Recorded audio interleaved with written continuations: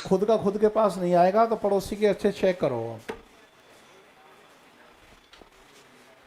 ठीक है भाई, अनुराधा और सभी लाइव विद्यार्थी, चलो अब क्लास में आ जाओ, अपना पेपर निकाल लो और उसमें टिक लगाते चलो। क्वेश्चन नंबर 1 देखो। क्वेश्चन नंबर 1,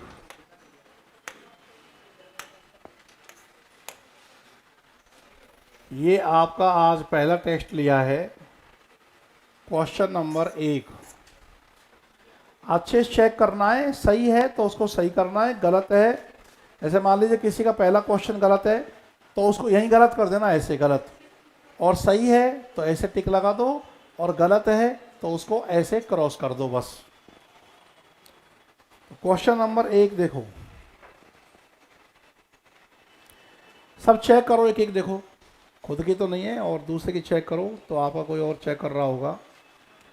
तो क्वेश्चन नंबर 1 देखो, चेंज नहीं करना है कि मेरा वाला ही दे मेरे को, जो जिसके पास आया है वो वही चेक करें। अध्यापक तो कॉपी भी चेक करता है ना, तो कॉपी चेक करना भी तो आना चाहिए। गारसा द तासी का ग्रंथ है इत्स्वार देला लिटरेतुर एंदोस्तानी। बताओ इस इतिहास ग्रंथ का द्वितीय संस्करण किस वर्ष प्रकाशित हुआ? 1800, अभी 47 की भी आवाज आई थी। दूसरा भाग आया था, संस्करण नहीं, याद रखना, संस्करण 1871 में आया था दूसरा, और तब इसके 3 भाग हो चुके थे। गारसा तासी के इतिहास का पहला भाग 1839 में, दूसरा भाग 1847 में आया, लेकिन इसका दूसरा परिवर्धित संस्करण 1871 में आया था, 3 भागों में।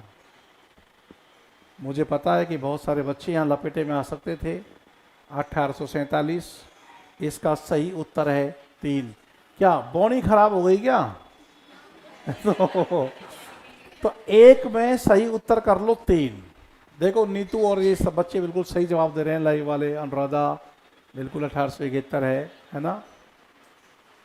हाँ, ईमानदारी से मूल्यांकन करना है क्योंकि तुम्हारे पास नोट्स भी है, तुम घर बैठे पढ़ रहे हो, है ना। तो मूल्यांकन के साथ में कोई चीटिंग नहीं, क्योंकि नहीं सीखे तो फिर सीखेंगे, तो मूल्यांकन बहुत सटीक होना चाहिए। निम्नलिखित किस कालखंड को कल्पना का साम्राज्य कहा जाता है? छायावाद को सही करो, मिलाते चलो। क्वेश्चन नंबर 1 का सही उत्तर 3, क्वेश्चन नंबर 2 का सही उत्तर 3। इसका मतलब ये नहीं है कि अगला भी का उत्तर 3 आएगा। तीसरा क्वेश्चन है, साहित्य और इतिहास दृष्टि, ये चर्चित आलोचना पुस्तक के रचनाकार प्रोफेसर मैनेजर पांडे। 3 का सही उत्तर 2। एक एक को ढंग से चेक करना, किसी का ये नहीं सही और तुम गलत कर दो उसको, है ना। 693 ईस्वी से हिंदी साहित्य का प्रारंभ मानने वाले आलोचक हैं राम कुमार वर्मा। 4 का सही उत्तर है 3। हाँ बिल्कुल, इसका सही जवाब है 3। निम्नलिखित किस कवि को भाखा की जड़ कहा जाता है? पुष्य या पुंड को कहा जाता है। यदि ये विकल्प नहीं होता तो पुष्पदंत भी सही कर देते। और कहा किसने है? शिव सिंह सेंगर ने कहा है। अपभ्रंश के प्रथम महाकवि माने जाते हैं स्वयंभू,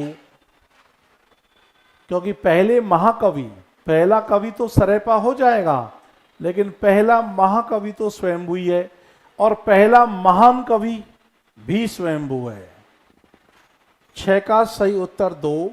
क्वेश्चन नंबर 7, रामचंद्र शुक्ल के इतिहास ग्रंथ का प्रारंभिक शीर्षक क्या था? हिंदी साहित्य का विकास। 7 का सही उत्तर है 2। यही किया होगा ना आपने। क्वेश्चन नंबर 8, आदिकाल के बारे में, ये अवधारणात्मक सवाल है। आजकल तो आधे सवाल ऐसे आते हैं, कौन सा सही नहीं है, कौन सा असंगत है, पर ये जरूर पढ़ लिया करो कि कौन सा सही है पूछ रहा है या सही नहीं है पूछ रहा है। अधिकतर सही नहीं है पूछता है, कभी कभी सही है पूछ लेता है, और हमने सोच लिया कि यार ये तो पूछ रहा है सही नहीं है, तो उसमें फिर 3 सही नहीं है ना। एक बार सवाल की भाषा कुछ ऐसी भी आती है कि निम्नलिखित में से कौन सा असत्य नहीं है।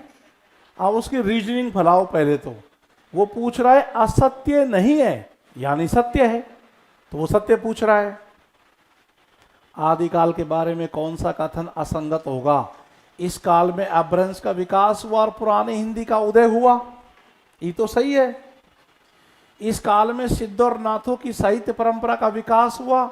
आदिकाल में पढ़ते ही सिद्धनाथ अपभ्रंश का मूल साहित्य है ही। राजाओं और चारणों के आश्रय में शौर्य, पराक्रम और श्रृंगार का वर्णन हुआ ही, वीर और श्रृंगार की कविता हुई मुख्यतः। इस काल में निर्गुण भक्ति का विशेष प्रचार प्रसार हुआ, ये गलत है। ये कौन सा भक्ति काल है। निर्गुण भक्ति, सगुण भक्ति तो भक्ति काल में मिलेगा। अब यदि आपको ये भ्रांति हो रही हो कि गोरखनाथ तो अलख निरंजन है, निर्गुण की बात करते हैं, तो वो भक्त नहीं है, वे तो ज्ञान पक्ष पर बल देने वाले हैं। गोरखनाथ को भक्त कवि थोड़ी कह दोगे आप, गोरखनाथ भक्त कवि नहीं है। तो इस प्रकार चौथा विकल्प इसमें उत्तर आएगा। क्या यही किया? कौन सा किया फिर यदि ये नहीं किया तो? 4 किया। अरे किसी ने 1 भी किया होगा, किसी ने 2 भी किया होगा, किसी ने 3 भी किया होगा, है ना। पर 1, 2, 3 वालों को कॉमन सेंस लगाना चाहिए कि यार अपभ्रंश का विकास तो हुआ ही हुआ है, सिद्ध और नाथ तो है ही है, और ये चारणों ने तो राजाओं की शौर्य पे लिखा है, श्रृंगार पे लिखा है। तो जब 3 सही है तो बचा चौथा ही। 8 में 4। क्वेश्चन नंबर 9, निम्नलिखित किस इतिहासकार के इतिहास में अनुसंधानात्मक प्रवृत्ति मिलती है। राम कुमार वर्मा। 9 का सही उत्तर 1। 12वीं सदी के अंत से हिंदी साहित्य का प्रारंभ मानने वाले विचारक हैं गणपति चंद्र गुप्त, क्योंकि 1184 ईस्वी से माना है, तो 12वीं सदी का अंत वही तो हुआ। एशियाटिक सोसाइटी ऑफ बंगाल की पत्रिका के रूप में कौन सा ग्रंथ प्रकाशित हुआ? दूसरा वाला, the modern vernacular literature of Hindustan. यही उस पत्रिका के विशेषांक के रूप में निकला था। तो 11 में 2। क्वेश्चन नंबर 12, जनता की चित्तवृत्ति बहुत कुछ राजनीतिक, सामाजिक, सांप्रदायिक और धार्मिक परिस्थिति के अनुसार होती है। तो जनता की चित्तवृत्तियों के साथ साहित्य को कौन देख रहा है जोड़ करके? रामचंद्र शुक्ल। उत्तर हो गया। किसके योगदान को व्यंजित करते हुए गणपति चंद्र गुप्त ने लिखा है कि वस्तुतः वे पहले व्यक्ति हैं जिन्होंने आचार्य शुक्ल की अनेक धारणाओं और स्थापनाओं को चुनौती देते हुए उन्हें सबल प्रमाणों के आधार पर खंडित किया है। मित्रों, परंपरा 2 ही चली है, एक परंपरा शुक्ल की, दूसरी परंपरा हजारी प्रसाद द्विवेदी की। बिल्कुल कॉमन सेंस से आप लॉजिक निकाल सकते हो कि दूसरा महत्वपूर्ण आलोचक हजारी प्रसाद द्विवेदी हैं। हिंदी साहित्य के 80 वर्ष। आप कहोगे तो ये तो आपने ताजा ताजा लिखाया है। अरे तो ताजा ताजा ही तो स्वाद लगता है, बासे में कहाँ आनंद है ना। बोला आज लिखाया है तो आज ही याद हो जाना चाहिए। ये तो क्लास में 80 वर्ष है, ऐसे तो नहीं कहोगे कि आपने आज क्यों लिखाया, कल लिखाना चाहिए था, आज पूछना है तो। तो हिंदी साहित्य के 80 वर्ष की पुस्तक हो गई शिवदान सिंह चौहान। ब्रजभाषा का स्वर्ण काल कौन सा है? रीतिकाल। चेक करते चलो, चेक करते चलो, सही है तो सही करो, गलत है तो गलत करो। डॉक्टर बच्चन सिंह द्वारा रचित रचना नहीं है। रामचंद्र शुक्ल का इतिहास पढ़ते हुए ये भी है, हिंदी साहित्य का दूसरा इतिहास भी है, आधुनिक हिंदी साहित्य का इतिहास भी है। लेकिन हिंदी साहित्य की भूमिका तो 1940 में हजारी प्रसाद द्विवेदी ने लिखी है। 16 का सही उत्तर है 2। हिंदी साहित्य आधुनिक परिदृश्य, ताजा ताजा आगे 2012 में आया है क्वेश्चन कॉलेज लेक्चरर में। आगे की किताब है हिंदी साहित्य आधुनिक परिदृश्य। इनमें से असंगत युग पहचानना है तो गणपति चंद्र गुप्त ने शालिभद्र सूरी को माना है, पहला कवि बच्चन सिंह विद्यापति को मानते हैं, लेकिन गिरियर्सन ने पुष्पदंत को नहीं माना, किसी का उल्लेख नहीं मिलता। पुष्य या पुंड को तो माना शिव सिंह सेंगर ने, है ना। और रामचंद्र शुक्ल ने तो मुंज को माना ही है। और गुलेरी ने भी माना है मुंज को। प्राकृत की अंतिम अपभ्रंश अवस्था से हिंदी साहित्य का प्रारंभ होता है ना। आराम आराम से पढ़ेंगे क्योंकि बारिश हो रही है ना, तो बारिश में तो भीगते हुए जाएंगे भी नहीं हम। तो प्राकृत की अंतिम अपभ्रंश अवस्था से हिंदी साहित्य का प्रारंभ होता है, ये कौन मानते हैं? रामचंद्र शुक्ल। 738 कवियों का उल्लेख करने वाले इतिहासकार कौन है? बताओ 738 का है? गारसा दातासी। तो शिव सिंह सेंगर के इतिहास में लगभग 1000 और ग्रियर्सन के इतिहास में कितना? 952। मिश्र बंधु के यहाँ कितना? लगभग 5000। शुक्ल जी के यहाँ कितने? लगभग 1000। लगभग। साहित्य जन समूह के हृदय का विकास है, यह अवधारणा किसकी है? बालकृष्ण भट्ट की। 21 में 3। रीति काव्य की भूमिका, ये पुस्तक डॉक्टर नगेंद्र ने लिखी है। 22 में 2। हिंदी साहित्य नामक इतिहास ग्रंथ का संपादन किसने किया है? धीरेन्द्र वर्मा ने किया है। 23 में 2। चित्तवृत्तियों की परंपरा को परखते हुए साहित्य परंपरा के साथ उनका सामंजस्य दिखाना ही साहित्य का इतिहास कहलाता है। बड़ा चर्चित कथन है रामचंद्र शुक्ल का। 24 में 2। अच्छे से चेक करना, जल्दी नहीं है। देखो दोबारा बोल देता हूं। 21 में 3 है, 22 में 2 है, 23 में 2 है, 24 में भी 2 है और 25वां सवाल हिंदी साहित्य के इतिहास के प्रथम काल को संधि काल और चारण काल का नाम देने वाले राम कुमार वर्मा। तो 25 में 4, 25 में 4 है। कहीं कोई छूट रहा हो तो पूछ लो। 25 में 4। और संधि काल के अंतर्गत इन्होंने किस साहित्य का विश्लेषण किया है? सिद्ध साहित्य और जैन साहित्य।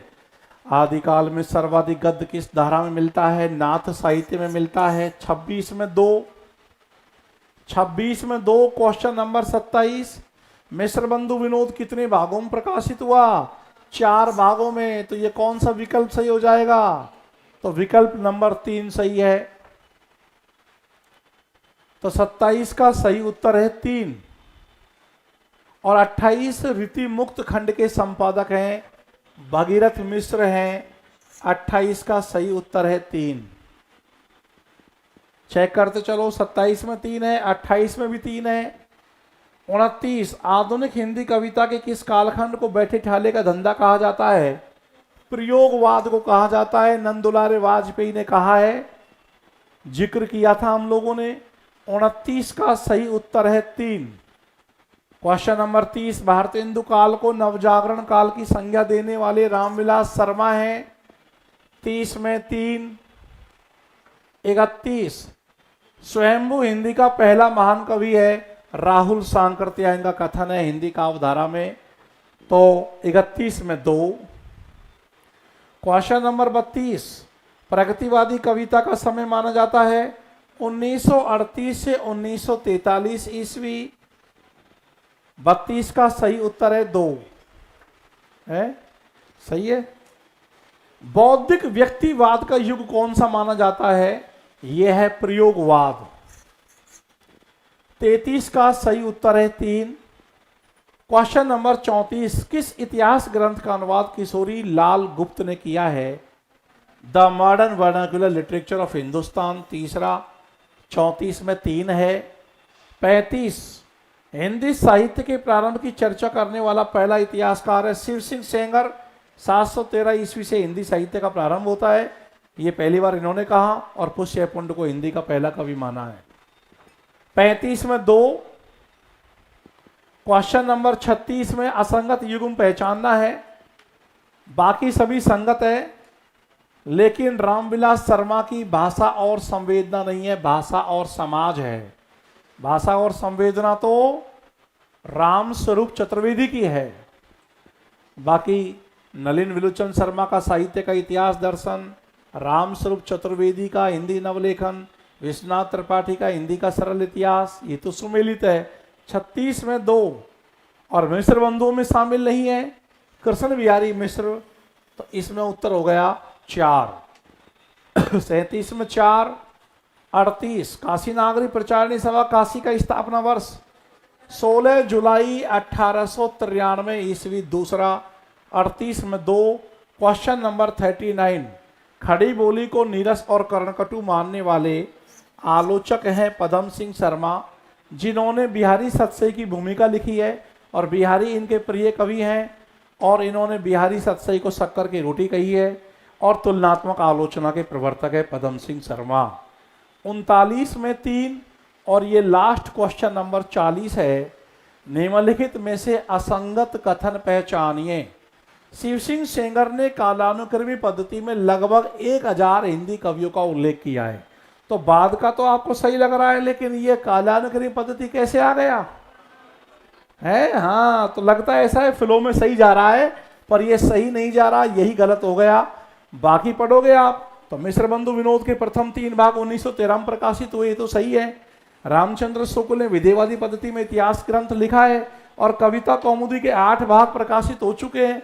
2 भाग तो शुक्ल के सामने आ गए थे, बाद में और आए, अभी तक 8 भाग उसके आ चुके हैं, ये भी सही है। तो 40 का सही उत्तर है 1। तो इस प्रकार से आपका ये पेपर लिया गया है।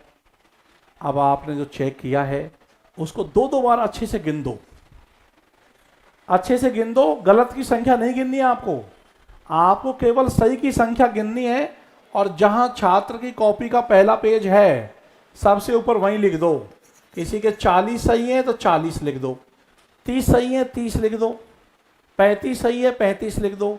संख्या वही लिखो जो सही सवालों की है। बटे बटे का सिस्टम नहीं है कि 40 में से 38 तो 38/40, ऐसे मत लिखो। केवल सही क्वेश्चनों की संख्या लिख दो ऊपर और गोल गोल घेरे में लिख दो। हाँ भाई, हरिराम हुड्डा के 36 सही हैं 40 में से, तो बढ़िया है। चलो 36 तो हुए, पर 36-32 से काम नहीं चलेगा। मजा तो जब है जब 40 में से 40 सही हो। मुद्दे की बात यह है कि एक सवाल भी गलत नहीं होना चाहिए। काउंट कर दिया क्या आपने? अब जल्दी से सकेलो। अब ये OMR शीट आप मेरे को दे दो। काउंटिंग कर दी है, अब मेरे को दे दो इसको आप।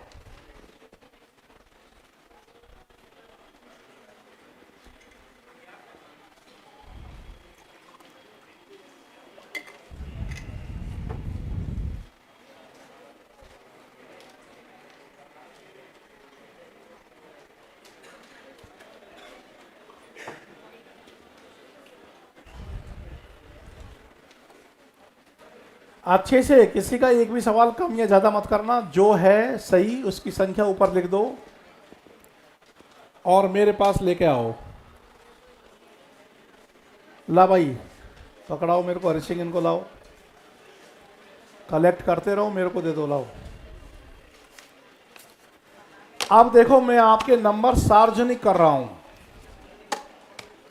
आनंद भाव के साथ में सुनो। नरेंद्र कुमार भट्ट के 21, जैसे कोई विदा दे रहे हो 21 रुपए की। अब 40 में से तुम क्यों इतने कम ला रहे हो? मेरे चिल्लाने में कोई कसर थी, लिखाने में कोई कसर थी तो बताओ। तो भाई यहीं से तुम्हारा रिजल्ट आना तय हो जाता है। अब सुनो, इसमें जितना अच्छा आप बनाओगे उतनी आपकी संभावना बढ़ती रहेगी। अब तुम सब अपने अपने घर ये नंबरों को सुन के जाओ। देखो भाई, तो नरेंद्र के तो 21 हैं, जो बहुत कम है, बहुत ज्यादा कम है। और मोहित पांचाल के 26 हैं। अब लाइव वाले बच्चों को मजा आएगा कि हम तो घर बैठे पढ़ रहे हैं फिर भी अच्छा नंबर बना रहे हैं। भावना जैन के 29, रेखा कुमावत के 32। ये लाला अभी आया था ना, रविंद्र चारण, ये टेस्ट में बहुत अच्छा स्कोर बनाता था और परीक्षा में भी टॉप स्कोर 304 नंबर ला रहा है। कोई भी मेरिट ना गई इतनी। ये मत सोचना कि ये तो गुरुजी का टेस्ट है, इससे क्या है। ऐसे छोटे छोटे टेस्ट मिलके एक दिन में बड़ा टेस्ट होता है। और मेरे जैसे पेपर तो आरपीएससी बनाती भी कहाँ है। और तुम जब इनको ही बहुत अच्छे से बना लोगे तो आरपीएससी में दिक्कत कहाँ आने वाली है। दिनेश चौधरी के 34, चक्कर क्या पड़ा है तुमको भाई। कपिल शर्मा के 27, मदन के 30, जानवी के 42। चलो ठीक से उद्घाटन तो हुआ। 42 अब बताओ कितने ग्रेट लोग हो आप चेक करने हो। 1 2 3 4 5 6 7 8 9 10 11 12 13 14 15 16 17 18 19 20 21 22 23 24 25 26 27 28 29 30 31 32 32 को 42 लिख दिया है। कोई खास सहेली ने चेक कर दिया है क्या? 32 तो कम है ना। और ये है कांता मीना। देखो वैसे तो पक्के मास्टर हो तुम लोग, बिना बने ही मास्टर हो। जैसे कबीरदास बिना महाकाव्य लिखे ही महाकवि है। जब मना किया है बटे मत देना, फिर ही पूरा बटा दिया है। 20/40 कांता मीना के 20, गोविंद शर्मा के 30 और 35 से कम जिसके भी है ना, उससे साबित होता है कि उसका रिवीजन प्रॉपर नहीं है। राधा गुप्ता के 29, दीपमाला के 31, अनीता के 23 भागचंद के 12। भागचंद कहाँ है? क्लास में लेट आया? कल ही आया है, बैठ जा, बच गया तू।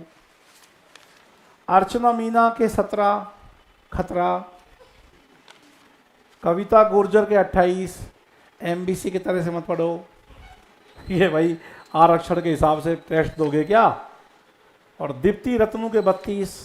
मैं बिल्कुल भी संतुष्ट नहीं हूं तुम्हारे इस उत्तरमाला से। खुशबू के 24। खुशबू शर्मा तुम्हारे नाम है ना? 24 है। ये रही तुम्हारी वो मार्कशीट, देखो 24 हैं, देखो टिक लगा रखे हैं, चेक किए, देखो अपनी वो मार्कशीट, देना इनको। सोनू वर्मा के 16, ममता मीना के 26 और चांदनी शर्मा के 21, पूजा गुर्जर के 25, मनीषा बिश्नोई के 35। अब यहाँ ये शायद 35 पहली बार ये लड़की है, यहाँ से 35 से पास होना शुरू है, 35 के नीचे वाले फेल है। तो मनीषा बिश्नोई है। और आरती के 27 और जितेंद्र पंचारिया के 17, सवाईदान चारण के 21, हेमेंद्र कुमार मीणा के 13। छट के आए हो मेरे पास तुम सब, बहुत बढ़िया काम है। पद्मा कुमारी के 32 और मनीषा शर्मा के 17, अरविंद चारण के 30, कोहिनूर के 32, संगीता के 30, शालिनी के 26, कविता यादव के 17, गिरधारी सिंह भाटी के 40 में 40।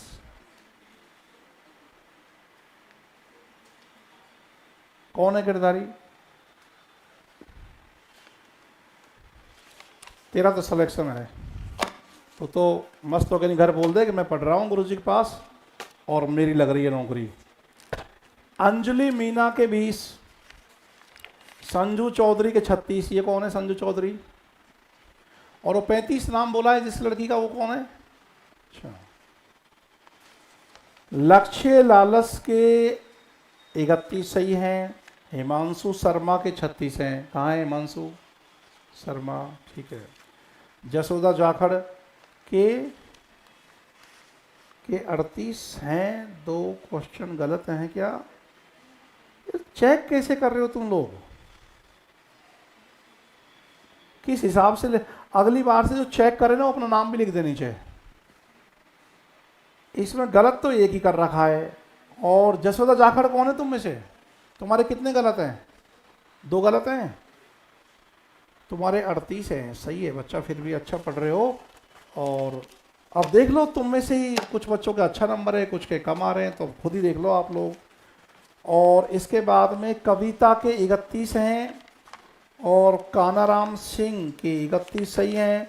अनीता यादव के 28 सही हैं और सरिता के 19, अंजना मीना के 24, सुशीला शर्मा के 25 और शकीला के 31। स्कोर बहुत ही चिंताजनक स्थिति का है ये। और कमलेश धाकड़ के 13 और महिमा कंवर के 33, संतोष यादव के 37। ये कौन है संतोष यादव? इसमें 37 दे रखा है तुम्हारा, एक क्वेश्चन ये गलत है, एक वो, दो, तीन गलत हैं। 13वां सवाल, 29वां सवाल और 31वां सवाल। फिर भी अच्छा है, संतोष ने अच्छा किया है। और रुबीना बानो के 32, इसके बाद खुशहाल गुप्ता के 33 हैं, हंसा गुर्जर के 30, श्रवण कुमार के 36। ये कौन है श्रवण कुमार? 35 से ऊपर वाले 35 वालों से मुझे कोई शिकायत नहीं है, थोड़ा और पढ़ो, एक भी सवाल गलत नहीं जाए। रामहरि के 25 और महेंद्र सिंह के 16। किसी के पास और तो एमआर शीट नहीं है। और भौम सिंह के हैं 18, पूजा के 17, झिलमिल के 29, रीमा मीना के 19, बीना गुर्जर के 22, जागृति चौधरी के 19 और जुगल चारण के 32, उगंता गुर्जर के 22, नीमदान चारण के 26, हिमांशु नालिया के 19 और विक्रम सिंह के 22 और चन्नाराम के 29, कपिलेश आचार्य के 31, कानाराम जाखड़ के 27, गायत्री के 23, नेमाराम देवासी के नहीं लिखे किसी ने, हाँ 29 सही हैं नेमाराम देवासी के। और मुन्नी कुमारी के 21, सुखदेव के 23, 23 सुखदेव के। और कविता बैरवा, ये कौन लड़की है? कविता, तुम भी पढ़ने वाली बच्ची हो, तुम्हारे 38 सही हैं, तुम्हारा 17 और 26 दो क्वेश्चन गलत है। इस प्रकार इस टेस्ट में 8-10 बच्चों ने तो किया है अच्छा, बाकी शायद अभी अच्छा होने का इंतजार करेंगे, तो मज़ा नहीं आया। इस टेस्ट से ये साबित हो रहा है आपका रिवीजन कमज़ोर है। मैंने कहा कि अभी साथ साथ आप यदि रिवीजन करते चलेंगे तो ये तैयारी साथ साथ ही होती चलेगी। आप सोच लोगे अभी गुरुजी पूरा आदिकाल पढ़ा देंगे फिर रिवीजन करेंगे, अभी नोट्स बना लेते हैं, वो सबसे गलत राह पर है। जो विद्यार्थी ये सोच रहा है कि अभी नोट्स बना लेते हैं या नोट्स बना लिया घर पटक दिया, आप देख लेंगे आराम से पढ़ लेंगे, अभी तो यार जून का महीना है तो जल्दी क्या है, ये गलती मत करना। जो रोज लिख के ले जा रहे हो ना, और देखो तुमने देखा होगा कि कुछ सवाल तो मैंने तुमको जो कल तक नहीं लिखा है, कुछ सुनाई हुई चीज़ों को पूछ रहा हूँ मैं, उसे साबित है कि भाई तुमने कितनी गहराई से सीखा है, सुना है उसको। बैठे ठाले का धंधा प्रयोगवादी कविता को है, जिसने ध्यान से सुना, मैंने उसको लिखाया नहीं अभी तक, जिसने सुना उसने इसका जवाब दे दिया। आपको अभी और मेहनत करने की ज़रूरत है। इस स्कोर के हिसाब से तो तैयारी बढ़िया नहीं मानी जाएगी, है ना। कल संडे है, संडे को रेस्ट करो, मंडे को फिर एक नए टॉपिक के साथ बातचीत करते हैं, ना। ठीक है भाई, लाइव वाले विद्यार्थियों, तुम्हारा ही बढ़िया स्कोर बन रहा है यार, 36, 38 ठीक ठाक तो नहीं बता रहे हो। हाँ भाई, अनुराधा है ना 38, भूपेंद्र का सही है 38, खैर ईमानदार बच्चे हो आप, लेकिन ठीक है 35 और इससे ऊपर जिसका है वो ठीक है ना। हाँ हाँ चलो ठीक है ना।